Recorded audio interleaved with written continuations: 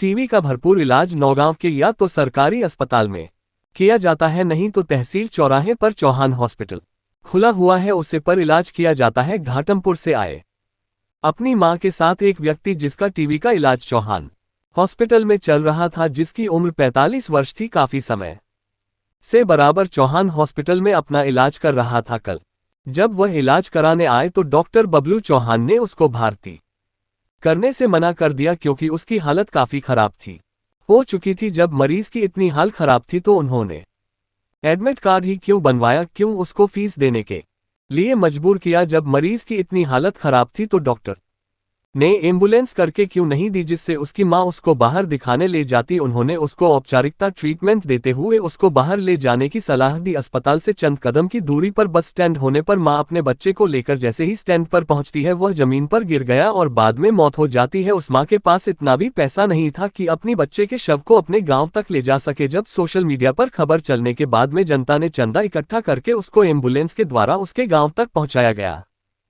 जो bus stand पे मृत हो गया था और 1.5 घंटे से उसकी डेड बॉडी डली है। उसका आरोप ये है कि आप यहाँ से ट्रीटमेंट करवा कर गया था और वहाँ पर उसकी मौत हो चुकी है। क्या घटना घटी थी? ये जो व्यक्ति है घाटमपुर के पास का रहने वाला है जी। ये जब यहाँ पे 1 घंटे पहले लाया गया था तो उस समय उसकी बहुत ज़्यादा हालत ख़राब थी और एक तरफ का उसका फेफड़ा फटा हुआ है और दूसरी तरफ भी बीमारी थी और उसकी सांस लगभग रुकी हुई थी।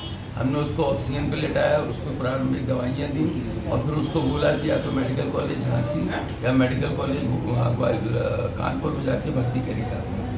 फिर पता चला हमें बाद में कि उसकी सांस नहीं रुक गई, उसको इलाज ही पूरा नहीं दे पाया और उसकी सांस पर, क्योंकि वो इतना ज़्यादा गंभीर उसकी हालत है। अब वो वहाँ पहुँच गया, चूँकि हमें पता चला कि उनके रिश्तेदारों के पास पैसे नहीं है तो हम ही ने 5,000 रुपये एम्बुलेंस को देकर भी उनको एम्बुलेंस में बैठा के बुला कर दी। सर 2 घंटे 3 घंटे वहाँ पर डेड बॉडी डली रही तो हमें अभी पता चला। और समाज से भी वहाँ पे कुछ जो ठेले भी लगाए, उनने चंदा जोड़कर एक गाड़ी की व्यवस्था भी की नहीं, वो गाड़ी की पैसे तो हमने दिए गाड़ी। तो महिला का आरोप है कि आपके अस्पताल के कुछ दलाल सक्रिय हैं, उनसे 200 रुपये लिए हैं, नहीं जाके इलाज कराने के लिए सब पैसे वापस कर दिए। यहाँ तक कि जो दवाइयाँ उसको खरीदवाई थी उसके भी उससे ज़रूरत ज़्यादा पैसे वापस। एक जो आपके यहाँ की कोई दलाल है जो सक्रिय है, उस महिला से 200 रुपये भी ले लिए गए हैं। क्यों नहीं बताइए, 5,000 रुपये हम क्यों देंगे उसको एम्बुलेंस के लिए? अगर 200 रुपये उससे लेना है, कोई नहीं लेते, फीस तक के पैसे वापस कर दिए।